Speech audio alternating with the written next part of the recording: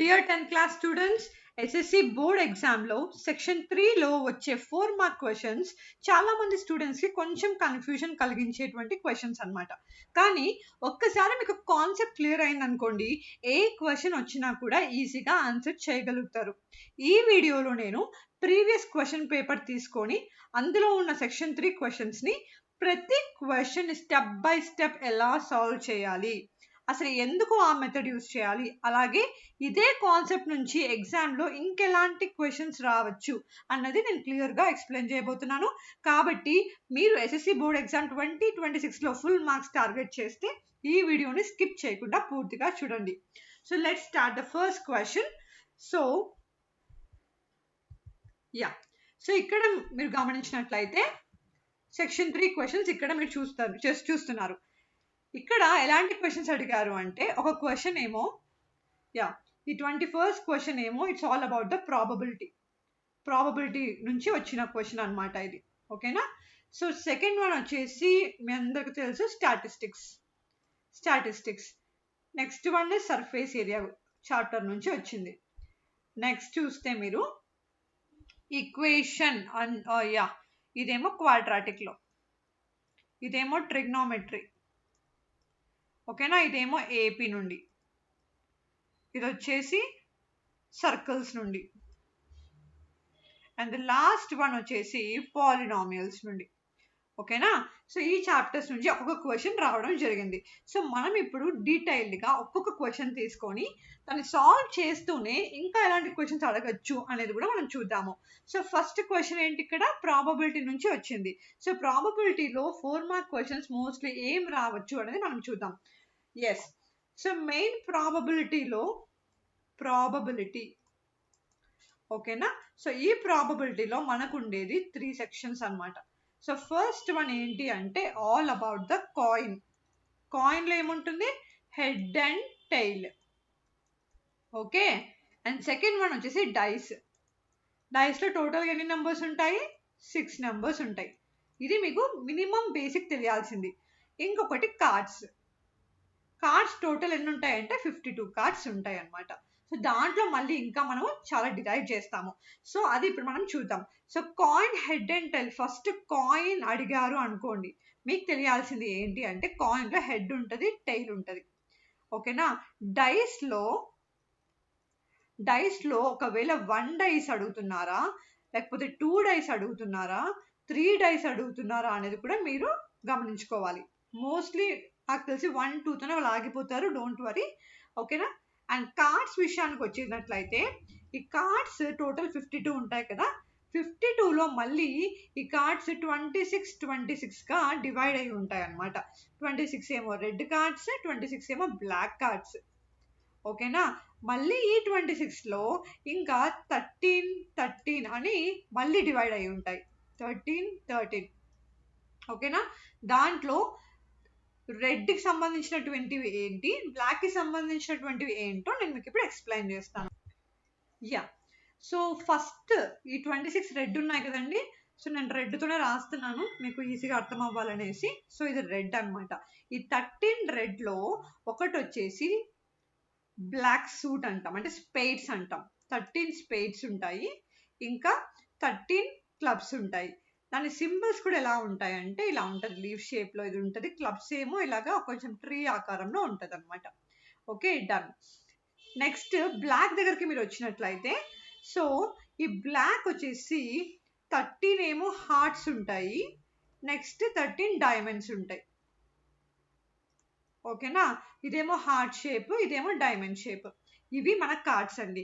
ఈ 13 కూడా ఎలాగుంటాయి అంటే, ఈచ్ 13 కార్డ్స్ ఎలా ఉంటాయి అంటే, ఏ నెంబర్ 1 అని స్టార్ట్ అవ్వదు, కానీ ఏతో స్టార్ట్ అవుతుంది. ఏ అంటే ఏస్ అనమాట, ఏతో స్టార్ట్ అవుతుంది. నెక్స్ట్ 2, 3, 4, 5, 6, 7, 8, 9, 10 వరకే నంబర్స్. తర్వాత 11, 12, 13ని మనము జాక్, క్వీన్, కింగ్ అని అంటాము. Same repeat for all the another 13 cards. 13 ఏమేమి ఉంటాయండి, ఏస్ ఉంటుంది, 2 నుంచి 10 దాకా నెంబర్స్ ఉంటాయి, జాక్, క్వీన్, కింగ్ అని ఉంటుంది. ఓకేనా? సేమ్ దీంట్లో కూడా అంతే, వీటిలో కూడా అంతే. వీటిలో కూడా అంతే అన్నమాట. మీరు బాగా గుర్తుపెట్టుకోవాల్సింది ఏంటి అంటే 26 రెడ్ కార్డ్స్ ఉంటాయి, 26 బ్లాక్ ఉంటాయి. రెడ్లో 13 స్పేడ్స్, 13 క్లబ్స్ ఉంటాయి. బ్లాక్లో 13 హార్ట్స్, 13 డైమండ్స్ ఉంటాయని మాత్రమే మీరు గుర్తుపెట్టుకోండి. ఓకేనా? సో ఇప్పుడు ఎలాంటి క్వశ్చన్స్ అడుగుతారు ఈ కార్డ్స్ గురించి అని మనం చూస్తే, యా ఎస్. సో ఇక్కడ మీరు ఈ క్వశ్చన్ ఇందాక మనం ప్రీవియస్ క్వశ్చన్లో చూసాం కదా, ఒక్కసారి మళ్ళీ మనం చూద్దాము. యా, సో ఎలా ఉంది ఇది? 1 card is drawn from a well shuffled deck of 52 cards. ఒక కార్డ్ ర్యాండమ్ గా తీసుకున్నారంట. Calculate the probability that the drawn card will be an ace. ఒకవేళ ఏస్ అయితే మనం ఎలా చేయాలి అనేది క్వశ్చన్ అన్నమాట. Okay, done. ఇప్పుడు చూద్దాం అసలు ప్రాబబిలిటీ డెఫినేషన్ ఏంటి. ప్రాబబిలిటీ డెఫినేషన్ ఏంటంటే total number of, okay, I will write it neatly. Yeah, number of favorable outcomes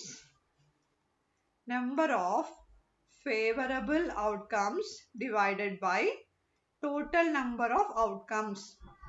దీని అర్థం ఏంటంటే ఫస్ట్ మీరు టోటల్ నెంబర్ ఆఫ్ అవుట్కమ్స్ రాసేసుకోండి. ఓకేనా? వాళ్ళు ఏమడిగారు? Probability of getting and ace అడిగారు. Probability of getting and ace.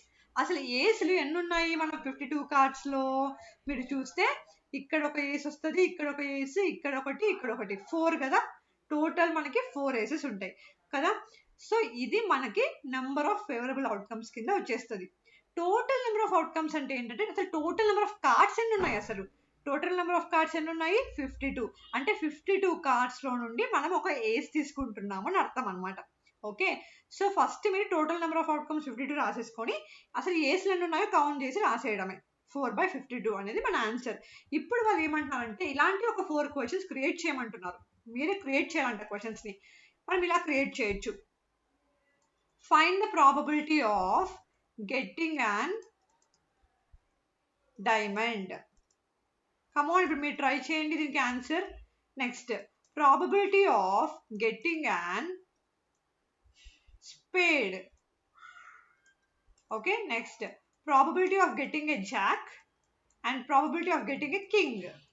So ఏముండొచ్చండి ఆన్సర్స్ చెప్పండి. డైమండ్స్ ఎన్ని ఉంటాయి? 52 టోటల్. ఫస్ట్ మీరు ఏం రాస్తారు? టోటల్ నెంబర్ ఆఫ్ కార్డ్స్ ఏమో 52నే. ఇక్కడ కూడా టోటల్ నెంబర్ ఆఫ్ కార్డ్స్ 52, ఇక్కడ టోటల్ నెంబర్ ఆఫ్ కార్డ్స్ 52, ఇక్కడ కూడా టోటల్ నెంబర్ ఆఫ్ కార్డ్స్ 52. అంటే క్వశ్చన్లో నేను ఏం అడిగానంటే if a card is drawn from 52 cards అని మెన్షన్ చేయాలి వాళ్ళు. అప్పుడే మీరు 52 రాయడానికి అవుతుంది. కొన్నిసార్లు ఏమడుగుతారంటే if a card is drawn from 13 spades అని ఇలా ఇస్తారు. Find the probability of getting an ace అంటారు. ఇక్కడ ఏంటి 13 స్పేడ్స్లోనే తీశారు కాబట్టి మనకి టోటల్ నెంబర్ ఆఫ్ అవుట్కమ్స్ 13 అయిపోతుంది ఇక్కడ. ఓకేనా? 13 అయిపోతుంది. ఇప్పుడు ఇలా ఇచ్చి ఫైండ్ ద ప్రాబబిలిటీ ఆఫ్ ఏస్ అన్నారు అనుకో, అప్పుడు 13 స్పేడ్స్లో ఉండేది ఒకటే ఏస్ కదా, 1/13 అయిపోతుంది అనమాట. కొన్నిసార్లు ఎలా అడుగుతారంటే a card is drawn from the 26 red cards అని అంటాడు. Okay, find the probability of getting a jack అంటారు. ఓకేనా? సో 26 కార్డ్స్ టోటల్ కాబట్టి టోటల్ 26 అయిపోతుంది. జాక్ అంటే ఏంటి? 26 కార్డ్స్లో 13 కాబట్టి ఒక 13 కార్డ్స్లో ఒక జాక్ ఉంటుంది, ఇంకో 13 కార్డ్స్లో ఇంకో జాక్ ఉంటుంది కాబట్టి 2 జాక్స్ ఉంటాయి. సో 2/26 ఇలా మీరు రాయొచ్చు అనమాట. సో ఇక్కడ మనం చూద్దాము. ఇక్కడ మనం తీసుకుంది ఏంటంటే probability of A card is drawn from 52 cards అని మనం తీసుకున్నాం కాబట్టి అన్నీ కూడా 52నే వస్తుంది total number of outcomes. So getting a diamond. So 52 కార్డ్స్లో ఎన్ని డైమండ్స్ ఉన్నాయి మనకి? 13 కదా, 13 డైమండ్స్ ఉన్నాయి కాబట్టి 13/52. ఈవెన్ స్పేడ్స్ కూడా 13 ఉన్నాయి. జాక్లు ఎన్ని ఉన్నాయి? టోటల్గా 4 ఉంటాయి. ఎందుకంటే స్పేడ్లో ఒకటి, డైమండ్లో ఒకటి, హార్ట్ ఒకటి, ఇంకా ఏముందండి మనకి? క్లబ్స్ ఒకటి. యా, కింగ్ కూడా 4 ఉంటాయి. సో ఈ విధంగా మీరు డిఫరెంట్ టైప్స్ ఆఫ్ క్వశ్చన్స్ని ఫామ్ చేసుకోవచ్చు కార్డ్స్ విషయంలో. సో ఇంకొకటి కాయిన్ కానీ డైస్ కానీ ఒకవేళ వాళ్ళు ఇచ్చారే అనుకోండి. ఓకేనా? సో కాయిన్ వచ్చేసి very very easy, don't worry. Coin అంటే మనకు ఉండేది హెడ్ అండ్ టైల్ మాత్రమే. ఓకేనా? Head tile. ఒకవేళ 1 కాయిన్ అని చెప్పారనుకోండి, హెడ్ అండ్ టైలే. సో వాళ్ళని ప్రాబబిలిటీ ఆఫ్ గెటింగ్ హెడ్ అన్నారు అనుకో, ఒకటే ప్రాబబిలిటీ, టోటల్ ఎన్ని ఉన్నాయి 2, 1/2 is the answer. Okay, probability of getting a tail అన్నాడు అనుకోండి, ఇది probability of getting head. Probability of getting a tail అంటే కూడా ఒకటే టైల్ ఉంటుంది కాబట్టి 1, ఛాన్సెస్ 2, 1/2. ఓకేనా. సో ఒకవేళ వాళ్ళు probability of getting head in 2 coins అన్నారు అనుకోండి, 2 కాయిన్స్ అని వచ్చినప్పుడు మీరు ఏం చేయాలంటే, ఒకటేమో హెడ్, ఒక కాయిన్లో ఏమో ఫస్ట్ హెడ్ పడింది, నెక్స్ట్ కాయిన్లో కూడా హెడ్డే పడింది, నెక్స్ట్ ఒక కాయిన్లో ఏమో హెడ్ పడింది మళ్ళీ టైల్ పడింది, నెక్స్ట్ ఏమో ఒక కాయిన్లో టైల్ పడి మరి హెడ్ పడింది, తర్వాత 2 టైల్సే పడ్డాయి. సో ఎన్ని ప్రాబబిలిటీస్ ఉన్నాయి ఇక్కడ, 4 ఉన్నాయి. So total number of outcomes 4 అయిపోతుంది ఇక్కడ. ఇప్పుడు probability of getting and head అనుకోండి, probability of getting and head at least 1 time అని ఇచ్చాను అనుకోండి, అప్పుడు మీరు ఇదొకటి ఇదొకటి ఇదొకటి అట్లీస్ట్ 1 టైం పడింది కదా, so 3/4 answer. Probability of getting both tiles అన్నారు అనుకోండి, ఒకటేసారి పడింది బోత్ టైల్స్, కాబట్టి ఆన్సర్ 1/4. ఈ విధంగా మీరు కాయిన్ కూడా మీరు ప్రాక్టీస్ చేయొచ్చు. అట్ ద సేమ్ టైం ఇప్పుడు మనం డైస్కి చూద్దాం. సో డైస్ ఎలా చేయాలో. డైస్లో ఎన్ని నెంబర్స్ ఉంటాయండి, 6 నెంబర్స్ ఉంటాయి. ఓకేనా, 6 నెంబర్స్ ఉంటాయి. ఓకే, సో ఒకటే డైస్ ఇచ్చాడు అనుకోండి, ఎలా అడుగుతారంటే probability of getting and number 2 అంటాడు, 2 ఒకటేసారి వస్తుంది కదా, 1/6. Probability of getting and number 3 అంటారు, 3/6. కొన్నిసార్లు ఏమి ఇస్తాడంటే probability of getting less than 5 అంటాడు, అంటే 5 కన్నా లెస్ దాన్ ఏమేమి నెంబర్స్ ఉన్నాయి మనకి, 1, 2, 3, 4 కదా, కాబట్టి 4/6. ఏంటి 6? 6 అనేది టోటల్ నెంబర్ అనమాట, టోటల్ నెంబర్ రాయాలి ఖచ్చితంగా. మీరు కొంతమంది ఏం చేస్తారంటే ప్రాబబిలిటీ అనగానే 2 టైమ్స్ వస్తాయి కాబట్టి 2 ఆన్సర్, 3 టైమ్స్ వస్తే 3 కాదు, 2 బై మళ్ళీ టోటల్ నెంబర్ ఆఫ్ అవుట్కమ్స్ రాయాలి. Divided by total number of outcomes రాస్తేనే అది ప్రాబబిలిటీ డెఫినేషన్ అవుతుంది అనమాట. ఓకే, కొన్నిసార్లు ఎలా ఇస్తారంటే probability of getting odd number అంటాడు. సో 1 to 6లో ఆడ్ నెంబర్స్ ఏమేమి ఉన్నాయి చూస్తే 1, 3, 5. సో 3/6. సేమ్ ఈవెన్ కూడా 3/6. సో ఈ విధంగా మీరు డైస్కి కూడా మీరు ప్రాక్టీస్ చేయొచ్చు. ఎస్, ఇప్పుడు ఇంకో సెకండ్ క్వశ్చన్కి వెళ్దామండి. స్టాటిస్టిక్స్ క్వశ్చన్, చాలా easy question. Right the formula to find mode of A group data and explain the terms in it. So డైరెక్ట్గా ఫార్ములా మాత్రమే అడుగుతున్నారు. చేసేద్దాం. ఎస్, సో మీరు ఆల్రెడీ 8 మార్క్స్ క్వశ్చన్స్ చదివినట్లయితే అక్కడ ఆల్రెడీ మనం కవర్ చేసేసాము. సో సమ్ టైమ్స్ వాళ్ళు మీన్ ఫార్ములా అడిగి ఎక్స్ప్లెయిన్ చేయమంటారు, కొన్నిసార్లు మీడియన్ ఫార్ములా రాసి ఎక్స్ప్లెయిన్ చేయమంటూ ఉంటారు, కొన్నిసార్లు మోడ్ ఫార్ములా రాసి ఎక్స్ప్లెయిన్ చేయమంటూ ఉంటారు. సో మీకు ఆల్రెడీ వచ్చు కాబట్టి మీన్లో మనకి 3 మెథడ్స్ ఉన్నాయి. That is direct method, okay, assumed mean method and step deviation method. ఈ 3 ఫార్ములాస్ ఆల్రెడీ మనము 8 మార్క్స్ క్వశ్చన్స్లో డిస్కస్ చేసేసాము. మీరు చూడకపోతే ఒక్కసారి ఆ వీడియో మళ్ళీ చూసి మీరు సొంతంగా నోట్బుక్లో రాసి ఆ టర్మ్స్ని ఎక్స్ప్లెయిన్ చేయండి. ఈవెన్ మీడియన్ కూడా అంతే, మోడ్ కూడా అంతే. టర్మ్స్ని ఎక్స్ప్లెయిన్ చేయడం చాలా చాలా ఇంపార్టెంట్. ఫర్ ఎగ్జాంపుల్, ఇప్పుడు L + n/2 minus cumulative frequency by frequency into H, ఇది కదా మోడ్ ఫార్ములా. సో మీరు రాయాలి where L = lower limit of the respective class interval అని నీట్గా రాయాలన్నమాట. స్టెప్, ప్రతి స్టెప్కి మార్క్ ఉంటుంది. ఓకే, నెక్స్ట్ n అంటే number of observations. Okay, n అంటే sum of the total number of observations అని రాయాలి, sum of the total number of observations అని రాయాలి. F అంటే ఫ్రీక్వెన్సీ, CF అంటే క్యుములేటివ్ ఫ్రీక్వెన్సీ, H అంటే difference between the upper limit and lower limit అని నీట్గా మీరు ఎక్స్ప్లెయిన్ చేయాలి. ఓకేనా. సో మీరు ఈ 3 ఫార్ములాస్ కూడా ఖచ్చితంగా రాసి నీట్గా నేర్చేసుకోండి. Next, so next question is all about surface areas అండి. A solid is in the shape of a cone. ఒక సాలిడ్ అంట, ఒక సాలిడ్ ఎలా ఉందంట, కోన్ షేప్లో ఉందంట. Okay, standing on a hemisphere. Okay, ఆ కోన్ ఎక్కడుంది, ఆ కోన్ వచ్చి హెమిస్పియర్ పైన స్టాండ్ చేస్తూ ఉంది. With both their radii being equal to 1 centimeter. అంటే కోన్ రేడియై ఇంకా ఈ హెమిస్పియర్ రేడియస్ రెండు కూడా సేమే ఉన్నాయి, రెండు రేడియస్లు సేమ్ ఉన్నాయి అన్నమాట. Okay, and the height of the cone is equal to it's radius. So వాళ్ళు ఏమి ఇచ్చారో ఫస్ట్ మనం గివెన్ రాసేసుకోవాలండి. ఎప్పుడైతే మీరు గివెన్ రాసుకుంటారో మీకు ఐడియా వస్తుంది మనం ఏం ఫైండ్ అవుట్ చేయాలో. ఓకేనా, ఫైండ్ ద వాల్యూమ్. సో డైరెక్ట్గా మనం ఇప్పుడు వాల్యూమ్ కనుక్కునేమని చెప్తున్నారు. బిఫోర్ దాట్ ఈ క్వశ్చన్ ఎక్స్ప్లెయిన్ చేయడానికి ముందు మీరు ఖచ్చితంగా సర్ఫేస్ ఏరియాస్ అండ్ వాల్యూమ్స్లో you have to learn the formula. నేను 2 మార్క్స్ క్వశ్చన్స్ అప్పుడు కూడా చెప్పాను. మీకు రాకపోతే ఒక్కసారి మళ్ళీ రివైజ్ చేసుకొని మీరు ఇక్కడికి రావాలి. ఓకేనా, డన్. ఎస్, ఫస్ట్ మీరు ఏం చేయాలని చెప్పండి, నేను గివెన్ రాసేసేయండి. అదే ఏంటి క్వశ్చన్ అని అనుకోదు, చాలా ఈజీ సర్ఫేస్ ఏరియాస్. ఓకేనా, జస్ట్ మీరు ఫార్ములా నేర్చుకుంటే చాలు. ఫార్ములాలో వాళ్ళు ఇచ్చింది ఏవైతే ఇచ్చారో వాల్యూస్, ఆ వాల్యూస్ తీసుకెళ్ళి ఫార్ములాలో పెట్టడమే. ఓకేనా, నేను ఇప్పుడు మీకు చూపిస్తాను. ఫస్ట్ గివెన్ ఎలా రాయాలంటే, వాళ్ళు గివెన్ ఏమి ఇచ్చారంటే రేడియస్ ఆఫ్ హెమిస్పియర్ ఇచ్చారు. రేడియస్ ఆఫ్ హెమిస్పియర్ ఎంత ఇచ్చారు, 1 సెంటీమీటర్. ఇది మన ఆర్ అన్నమాట, రేడియస్ ఆర్. నెక్స్ట్ ఏమి ఇచ్చారంటే రేడియస్ ఆఫ్ కోన్ ఇచ్చారు. గివెన్ రాసేసేయండి, గివెన్కి మీకు ఒక 1/2 to 1 మార్క్ పడిపోతుంది. రేడియస్ ఆఫ్ కోన్ ఆర్, ఇది కూడా ఆరే, ఎందుకంటే రెండు సేమ్ అని ఇచ్చాడు వాడు. ఇది కూడా 1 సెంటీమీటరే, ఈ రెండు ఈక్వల్ అని ఇచ్చారు కాబట్టి రేడియస్ ఆఫ్ హెమిస్పియర్ 1 అయితే రేడియస్ ఆఫ్ కోన్ కూడా 1 సెంటీమీటరే.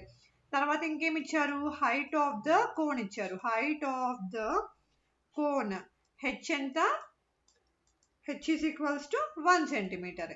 సో అన్ని 1 సెంటీమీటర్ ఇచ్చారు. ఇప్పుడు మీకేమొచ్చో రాయండి. మీకేమొచ్చు, ఇక్కడ హెమిస్పియర్ ఉంది, కోన్ ఉంది, ఇంకా వాళ్ళు వాల్యూమ్ కనుక్కోమన్నారు. కాబట్టి మీకు వచ్చింది ఏంటంటే, మీకు తెలియాల్సింది ఏంటంటే వాల్యూమ్ ఆఫ్ హెమిస్పియర్ ఫార్ములా ఏంటి. ఇక్కడ అడిగింది హెమిస్పియర్ కోనే కదా, first volume of hemisphere formula V hemisphere is equal to 2/3 pi R cubed. ఈ ఫార్ములా మీరు నేర్చుకోవాలి.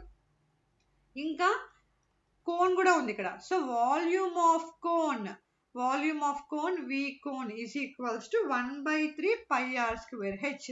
సో ఈ రెండు ఫార్ములాస్ మీకు తెలిసి ఉండాలి. ఈ రెండు ఫార్ములాస్ తెలిసింది అనుకోండి, ఇంకా మనకు వచ్చేసినట్టే. వాళ్ళు అడిగింది ఏంటి, టోటల్ వాల్యూమ్ అడిగినారు. టోటల్ వాల్యూమ్ అడిగారు అనమాట. టోటల్ వాల్యూమ్ అంటే ఈ రెండింటిని యాడ్ చేసేయండి అంతే. V hemisphere plus V cone అంతే. సో రాసేద్దాం, 2/3 pi r cube plus 1/3 pi are square h. ఇప్పుడు మీకు ఆల్రెడీ వాల్యూస్ తెలుసు, ఆ వాల్యూస్ తీసుకెళ్ళి ఇందులో పెట్టేయడమే. కమాన్. సో 2/3 పై ఆర్ 1 కాబట్టి into 1 cubed plus 1/3 pi into 1 square into 1. Yes, so ఇప్పుడు ఏమైపోతుంది, ఇక్కడ అన్ని 1లే కాబట్టి easy calculation. 2/3 pi plus 1/3 pi అంతే. చూడండి డినామినేటర్స్ సేమ్ ఉన్నాయి కాబట్టి ఎప్పుడైతే డినామినేటర్స్ సేమ్ ఉంటాయో న్యూమరేటర్స్ డైరెక్ట్గా యాడ్ చేసేయచ్చు. 2π ప్లస్ 1π ఎంత, 3π డివైడెడ్ బై 3, 3 క్యాన్సిల్. పై అంటే పై వాల్యూ ఎంత, 22/7. కొన్నిసార్లు క్వశ్చన్స్లో 3.14 రాయండి అంటారు, అప్పుడు 3.14. సో ఆన్సర్ ఎంత, టోటల్ వాల్యూమ్ ఎంత మనకి డైరెక్ట్గా 3.14 సెంటీమీటర్ క్యూబ్డ్ అని మీరు మెన్షన్ చేయాలి. ఎందుకంటే డైమెన్షన్కి కూడా 1 మార్క్ ఉంటుంది. ఓకేనా, సో ఇలాగా మీరు ఇంకో 2-3 క్వశ్చన్స్ తీసుకొని మీరు ఇప్పుడు ప్రాక్టీస్ చేయడానికి ట్రై చేయండి. డన్. నెక్స్ట్ క్వశ్చన్ చూద్దాము. Find the discriminant of the equation. Discriminant చూసారా, మనం ఇందాక 2 మార్క్ క్వశ్చన్ వీడియోలో మీరు చూసినట్లయితే డిస్క్రిమినెంట్ మీకు ఎక్స్ప్లెయిన్ చేశాను. సో మనం ఇప్పుడు డిస్క్రిమినెంట్ కనుక్కోవాలంట. And find the nature of its roots, find them if they are real. Done. ఎలా చేయాలో నేను మీకు నీట్గా ఎక్స్ప్లెయిన్ చేస్తాను ఇప్పుడు. ఓకేనా, మీ దగ్గర పెన్ పేపర్ ఉంటే మంచిగా కూర్చొని నాతో పాటు ప్రాక్టీస్ చేయడానికి ట్రై చేయండి. ఓకే, సో క్వశ్చన్ ఏంటి అంటే ఫస్ట్ గివెన్ రాయండి, given equation. So given equation ఏంటి, ఇక్కడ 3x² minus 2x plus 1/3 is equal to 0. ఇది చూస్తే కొంచెము అన్యూజువల్గా ఉంది. డైరెక్ట్గా ఇలా ax² plus bx plus c మోడల్లో లేదు. బై వచ్చేసరికి కొంచెం డిఫరెంట్గా ఉంది. మీరు చేయాల్సింది ఏంటంటే ఈ డివైడెడ్ బై లేకుండా డైరెక్ట్గా ఈ ఫామ్లో ఉండేలాగా మనం కన్వర్ట్ చేసుకోవాలి. కన్వర్ట్ చేసుకోవాలంటే ఏం చేయాలి, అక్కడ మనం ఎల్సిఎం తీసుకోవాలి.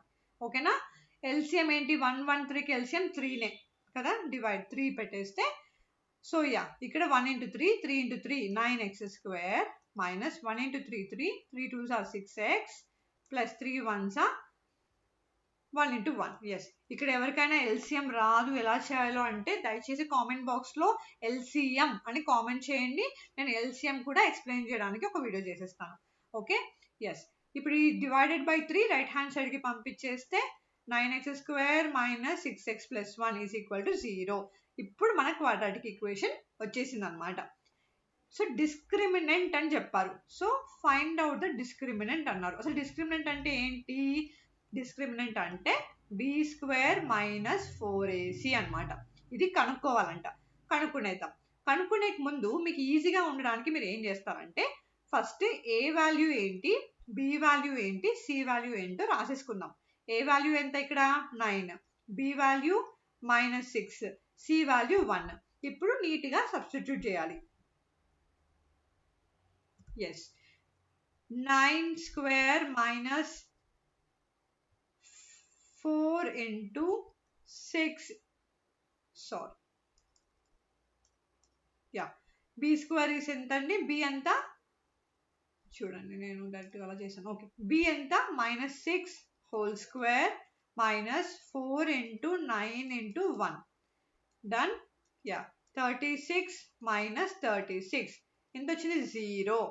ఇప్పుడు మీకు తెలియాల్సింది ఏంటంటే నేచర్ ఆఫ్ రూట్స్. అసలు ఏంటి నేచర్ ఆఫ్ రూట్స్ అంటే నేను మీకు ఇప్పుడు ఎక్స్ప్లెయిన్ చేస్తాను నీట్గా.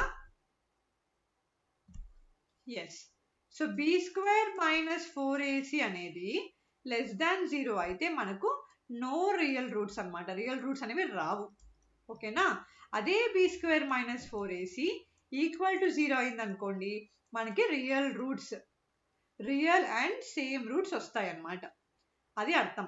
అదే b² minus 4ac greater than 0 వచ్చింది అనుకోండి, మనకు రియల్ అండ్ డిస్టింక్ట్ అంటే డిఫరెంట్ రూట్స్ వచ్చినట్టు అర్థం అన్నమాట. ఓకేనా, వీటినే మనం నేచర్ ఆఫ్ రూట్స్ అంటాము. ఇప్పుడు మనకేమొచ్చింది, మనం b² minus 4ac కనుక్కుంటే అది ఈక్వల్ టు 0నే వచ్చింది, అంటే అర్థం ఏంటి, దే ఆర్ రియల్ రూట్స్. ఇది మీ కంక్లూషన్. అదే అడిగారు క్వశ్చన్లో, అవి రియల్ రూట్సా కాదా అని. అవును, అవి రియల్ రూట్స్ అని రాసేయడమే. ఒకవేళ అది లెస్ దాన్ 0 వస్తే అవి రియల్ రూట్స్ కాదు అని రాయాలి, గ్రేటర్ దాన్ 0 అని వస్తే రియల్ అండ్ డిఫరెంట్ రూట్స్ ఉన్నాయి అని రాయాలి. ఓకేనా, డన్. మీరు ఈక్వేషన్తోనే కాకుండా ఇంకో 2 ఈక్వేషన్స్ మీరు సొంతంగా తీసుకొని ట్రై చేయండి. Okay, done. నెక్స్ట్ క్వశ్చన్ చూద్దామండి, 25th one. State 3 identities that used in trigonometry. Very easy question, కానీ చాలా చాలా ఇంపార్టెంట్ క్వశ్చన్ కూడా. మన ట్రిగ్నోమెట్రీలో 3 ఐడెంటిటీస్ ఉన్నాయి. ఓకేనా, ఏంటి ఆ 3 ఐడెంటిటీస్ అంటే 3 ఫార్ములా అన్నమాట. ఓకే, ఫస్ట్ ఫార్ములా ఏంటంటే sin² plus cos² is equals to 1. Second one ఏమో cosecant² minus cot² is equal to 1. Third one వచ్చేసి secant² minus tan² is equal to 1. ఇవి చాలా చాలా చాలా ఇంపార్టెంట్ ఫార్ములా. దీని నుంచి కొన్ని ప్రాబ్లమ్స్ కూడా వస్తూ ఉంటాయండి. చాలా ఈజీగా ఉంటుంది ట్రిగ్నోమెట్రీ. మీకు తెలియకపోతే ఇప్పుడే 3 ఐడెంటిటీస్ నేర్చేసుకోండి. ఓకేనా, డన్. నెక్స్ట్ క్వశ్చన్ ఏముంది, AP question. Right the following formula of AP and name the terms in which nth term some of n terms. చూడండి, అన్ని ఫార్ములానే అడిగేశారు. అసలు ఎంత డైరెక్ట్గా అడిగేసారు, కొన్నిసార్లు నెంబర్లు ఇచ్చి సాల్వ్ చేయమంటారు, ఇక్కడేమో డైరెక్ట్గా ఫార్ములానే రాయమన్నారు. నేనేం చేస్తానంటే మీకోసము ఫార్ములా రాసి ఒక ప్రాబ్లం కూడా ఎక్స్ప్లెయిన్ చేస్తాను. ఓకేనా, డన్. సో వాళ్ళు ఏమడిగారండి, ఫస్ట్ క్వశ్చన్ ఏపీ అర్థమెటిక్ ప్రోగ్రెషన్లో A1 A2 A3 అనే సిరీస్ ఉన్నట్లయితే, ఓకేనా, నువ్వేం కనుక్కోవాలంట, nth టర్మ్ కనుక్కోవాలి. nth టర్మ్ ఫార్ములా ఏంటి అంటే a ప్లస్ n-1 కమాన్ నాతో పాటు కూర్చొని రాసి నేర్చేసుకోండి ఈ మినిటే, very important. a plus n minus 1 into d. ఇక్కడ where a is equals to first term అంటే ఇది a1 ఉంది కదా, ఇదే మన a అన్నమాట. ఓకేనా. d is equal to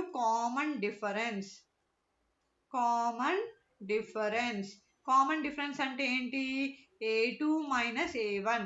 second term minus first term చేస్తే వచ్చిన వాల్యూనే మనము d అని అంటాము. Done. Next n is equals to number of terms, ఎన్ని టర్మ్స్ ఉన్నాయి ఆ ప్రోగ్రెషన్లో అనేది నెంబర్ ఆఫ్ n అన్నమాట. డన్. నెక్స్ట్ క్వశ్చన్ ఏం అడిగారు వాళ్ళు, some of first n terms అని అడిగారు. Some of first n terms ని Sn అని మనం అంటాము. Sn ఫార్ములా ఏంటి అంటే n/2 into 2a plus n minus 1 into d.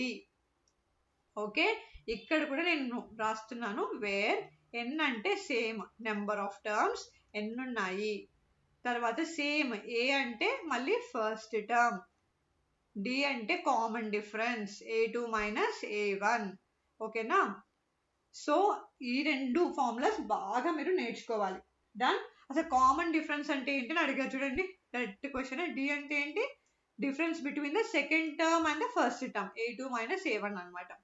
So ఇది ఈ 3 ఫార్ములా ఇప్పుడు మీరు నేర్చేసుకునేటట్లయితే మనం వెంటనే ఒక ప్రాబ్లం చేద్దాం దీని మీద. ఓకేనా. డన్. సో ఇప్పుడు నేను ఇస్తున్నాను ఒక సిరీస్ మీకు.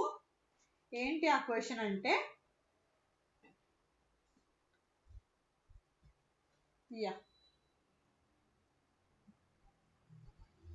ఓకే, ఒక సిరీస్ తీసుకున్నాను ఏపీలో.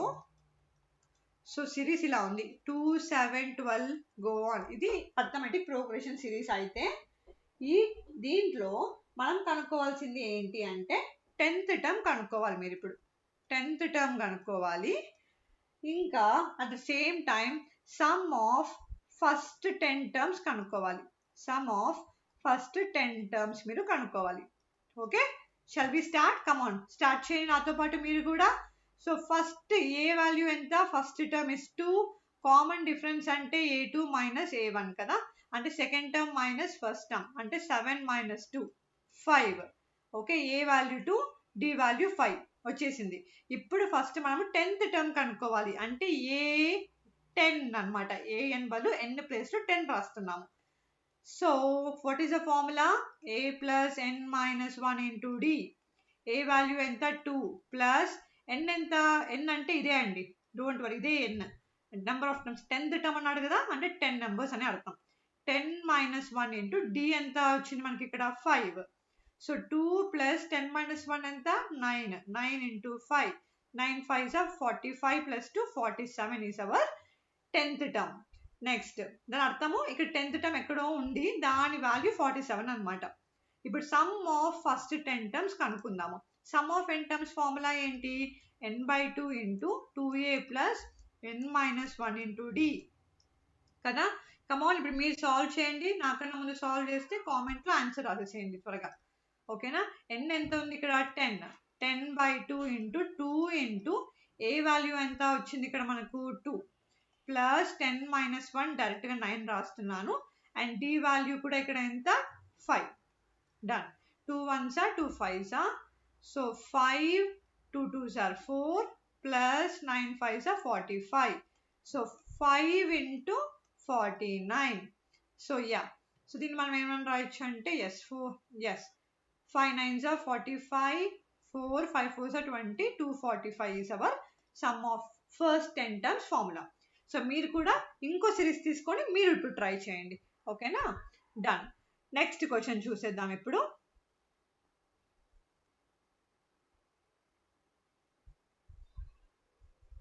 ఇప్పుడైతే మీరు క్లియర్గా చూస్తారు నీట్గా.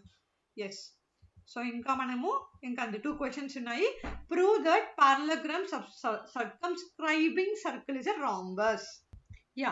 సో ఈ క్వశ్చన్ మనం చూసినట్లయితే సెక్షన్ 2లో కూడా మన 2 మార్క్స్ క్వశ్చన్లో కూడా ఎలా అడిగారండి, ప్రూవ్ దట్ ద క్వాడ్రిలేటరల్ ఇన్స్క్రైబింగ్ అయినా circle inscribed in a quadrilateral is a kind of ఇంకొక రాంబస్ ఏదో అలానే అడిగారు కదా ఇంకొక క్వశ్చన్ కూడా. సో సేమ్ ఇలాంటి క్వశ్చన్ ఇది కూడా సేమ్ మెథడ్ అనమాట. ఆ క్వశ్చన్ కూడా ఈ క్వశ్చన్ కూడా సేమ్ మెథడ్. కాబట్టి ఇది ఇన్నిసార్లు అడుగుతున్నారు కాబట్టి మీరు కూడా 2-3 టైమ్స్ ప్రాక్టీస్ చేయండి ఈ క్వశ్చన్ని. బహుశా ఈ రాంబస్ ఇంకా ఇక్కడ ప్లేస్లో స్క్వేరో లేకపోతే ఇంకో క్వాడ్రిలేటర్లో అలా నేమ్ మారుతుందేమో కానీ కాన్సెప్ట్ అంతా కూడా సేమే. ఓకేనా? Come on let us see that. Ya yes let's start అండి. ఇప్పుడు ఏం అడిగారు ఇప్పుడు వాళ్ళు? ఒక పారలలోగ్రామ్ అంట. పారలలోగ్రామ్ అంటే ఏమంటే ఇలా ఉంటుంది అనమాట. పారలలోగ్రామ్ టూ ఆపోజిట్ లైన్స్ ఇలా ప్యారలల్గా ఉంటాయి అంతే. పారలలోగ్రామ్లో ఇప్పుడు నేను ఒక సర్కిల్ని డ్రా చేస్తున్నాను. సారీ నా సర్కిల్ చాలా బ్యాడ్గా ఉంది, please ignore. Okay yes. So నేను కొన్ని పాయింట్స్ ఇస్తున్నాను ABCD. ఓకేనా? దీంట్లో ఈ కట్ అయింది కదా కరెక్ట్గా ఎక్కడైతే టచ్ అవుతుందో సర్కిల్ పాయింట్ వాటికి మనం నేమ్ ఇచ్చుకోవాలి. ఏంటా నేమ్ అంటే PQRS. ఓకేనా? డన్. సో ఇప్పుడు మనం ప్రూవ్ చేయాలంట. ఇది ఈ పారలలోగ్రామ్ ఎప్పుడైతే సర్కిల్ వచ్చి దాంట్లో పోయి కూర్చుందో అప్పుడు ఈ పారలలోగ్రామ్ రాంబస్ అయిపోతుందంట. రాంబస్ అవుతుందా లేదా అనేది ఇప్పుడు మనము ప్రూవ్ చేయాలి. ఓకేనా? ఎలా ప్రూవ్ చేయాలి అంటే ఫస్ట్ స్టెప్ ఏంటి అంటే మీరు ఒక ఇలాగా ఈ ఫిగర్ వేసుకోవాలి. ఇది మన first step. First step draw the figure. Okay, ఫిగర్ని డ్రా చేసేసేయండి. ఇలాగా డ్రా చేసిన తర్వాత సెకండ్ థింగ్ మీకు టాంజెంట్ థీరం వచ్చి ఉండాలి. చాలా ఈజీ టాంజెంట్ థీరమ్. మీరు ఒక్కసారి కుదిరితే చూడండి. ఏమీ లేదు, from and external point whenever a line is drawn and touched a point on the circle then the two tangents are equal అని అర్థం అనమాట. ఎప్పుడైతే ఇది ఎక్స్టర్నల్ పాయింట్ అనమాట, బయట ఉండే పాయింట్ని ఎక్స్టర్నల్ పాయింట్ అని అంటాము. ఆ పాయింట్ నుంచి ఇటు సైడ్ ఒక పాయింట్, ఇది ఒక టాంజెంట్, డిఎస్ ఒక టాంజెంట్, డిఆర్ ఒక టాంజెంట్, సిఆర్ ఒక టాంజెంట్, సిక్యూ ఒక టాంజెంట్. థీరం ఏం చెప్తుందంటే అకార్డింగ్ టు టాంజెంట్ థీరమ్ ఎప్పుడైతే బయట నుంచి ఒక పాయింట్ నుంచి సర్కిల్కి మనం టచ్ చేస్తామో ఓకేనా, ఆ టాంజెంట్ ఇంకో టాంజెంట్ చూడండి, ఒకటే పాయింట్ నుంచి రెండు టాంజెంట్లు వచ్చాయి ఇక్కడ మనకి. ఈ రెండు టాంజెంట్లు కూడా ఈక్వల్ అని చెప్తుంది అనమాట. So according to the tangent theorem మనం ఇప్పుడు అది ప్రూవ్ చేయబోతున్నాము. Okay, so first from point A, first point A తీసుకుందామండి. ఇది మన పాయింట్ ఏ. నేను పాయింట్ ఏ తీసుకుందాము. ఓకేనా? From point A AP is equals to AS. ఓకేనా? నెక్స్ట్ ఫ్రమ్ పాయింట్ బి, ఇప్పుడు మీరు చెప్పండి. బి పాయింట్ నుంచి BP is equals to BQ. ఎలా వచ్చాయి అని అడగకూడదు, మీరు చెప్పేసాను ఆల్రెడీ నేను. ఎలా వచ్చింది ఇది అంటే టాంజెంట్ థీరం ప్రకారము ఎక్స్టర్నల్ పాయింట్ నుంచి ఏదైనా ఒక లైన్ సర్కిల్కి టచ్ అయింది అంటే ఆ రెండు లైన్లు కూడా ఈక్వలే, ఆ రెండు టాంజెంట్స్ కూడా ఈక్వల్ అని మనకు థీరం ఆల్రెడీ చెప్పేసింది. ఆ థీరం ప్రకారం మనం చేస్తున్నాం అనమాట. ఓకేనా? ఫ్రమ్ పాయింట్ డి, ఇప్పుడు డి పాయింట్ ద్వారా మీరు చెప్పండి. DS is equals to DR. Similarly from point C, CR is equals to CQ. So మనకి first equation, second equation, third equation, fourth equation, 4 equations వచ్చేసాయి. ఇప్పుడు ఈ 4 ఈక్వేషన్స్ని ఇప్పుడు మనం ఏం చేద్దాము అంటే సమ్ చేసేద్దాము. Summing up all it, add చేసేస్తున్నాం అనమాట అన్నిటిని. సమ్మింగ్ ద సైడ్స్ మనం ఏం చేస్తున్నామంటే ఇప్పుడు add the lungs of the opposite. ఈ లెంగ్స్ని ఏమంటారు ఆపోజిట్గా ఉండేటువంటి వాటిని యాడ్ చేసేస్తున్నాను అన్నిటిని. ఓకేనా? సో ఇప్పుడు చూడండి అన్నీ కూడా yes, AP AP AP plus BP, AP plus PB, ఇది AP plus BP plus CR plus RD. So ఇదండి నేను గ్రీన్ కలర్ రాస్తున్నా. AP plus BP opposite side, దీనికి ఆపోజిట్ సైడ్ ఏంటి డిఆర్ ప్లస్ ఆర్సి.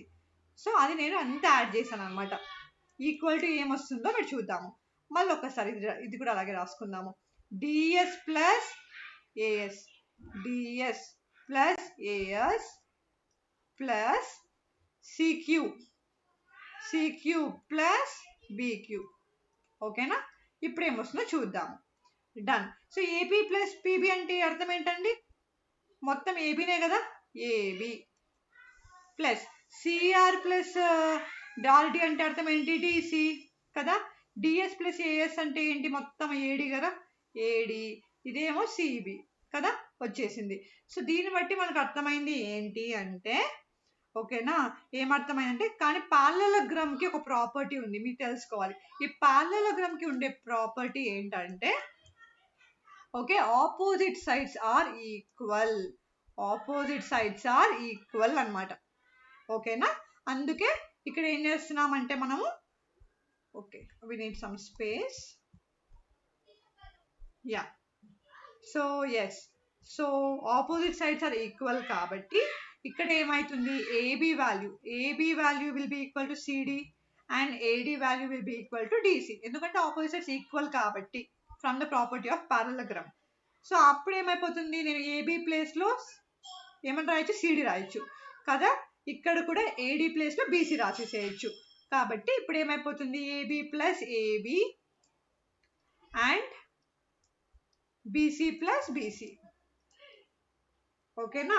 సో రెండు కలిపితే ఏమైతే 2AB అయిపోతుంది, ఇక్కడ 2BC అయిపోతుంది అనమాట. Done. Yes, 2AB. So okay, మీరు లేదు నేను ఏడి లాగా రాసుకోవాలనుకున్నా కూడా మనం AD plus AD that is equals to 2AD. దీని బదులు ఇలా రాసుకోవచ్చు, 2AB 2AD అయిపోయింది. So since adjacent sides are equal, hence it is a parallelogram. ఇప్పుడు చూడండి, ఇప్పుడు ఏమైపోయింది? అన్నీ ఈక్వల్ అయిపోయినాయి కదా. ఇక్కడ చూడండి, ఈజ్ ఈక్వల్ టు, అప్పుడు ఏమవుతుంది? 2 క్యాన్సిల్ అయిపోతుంది. ఏబి వాల్యూ కూడా is equals to AD value అయిపోయింది ఇక్కడ. సో అన్ని ఈక్వల్, చూడండి అన్ని సైడ్స్ ఈక్వల్. ఇప్పుడు అన్ని సైడ్స్ ఈక్వల్ ఉన్నాయి కాబట్టి hence it is a rhombus. Rhombus అంటే ఏంటి? All sides will be equal. ఓకేనా? డన్. ఇప్పుడు మనం ఇంకో క్వశ్చన్ చూద్దాము. Last question, very very easy question అండి. మీరు మాత్రము ఇప్పుడు నేను చేసిన ఈ క్వశ్చన్ని ప్రాక్టీస్ చేయండి. 2-3 టైమ్స్ మీరు కూర్చోండి, నెమ్మదిగా ప్రాక్టీస్ చేయండి. ఓకేనా? ఎందుకంటే ఇది చాలాసార్లు రిపీట్ అయినటువంటి క్వశ్చన్. ఇది వచ్చేసి polynomial question, very easy. So వాళ్ళు ఒక గ్రాఫ్ ఇస్తారు మీకు. గ్రాఫ్ ఇచ్చిన తర్వాత మిమ్మల్ని ఏమడుగుతారంటే, ఆ షేప్ ఆఫ్ ద గ్రాఫ్ ఏంటి, ఎన్ని జీరోస్ ఉన్నాయి, ఏంటి ఆ జీరోస్, సమ్ ఆఫ్ జీరోస్ ఏంటి. కమాన్, ఇదే నేను ఇక్కడ ఒకసారి మనము డీటెయిల్గా నేను మీకు ఎక్స్ప్లెయిన్ చేస్తాను.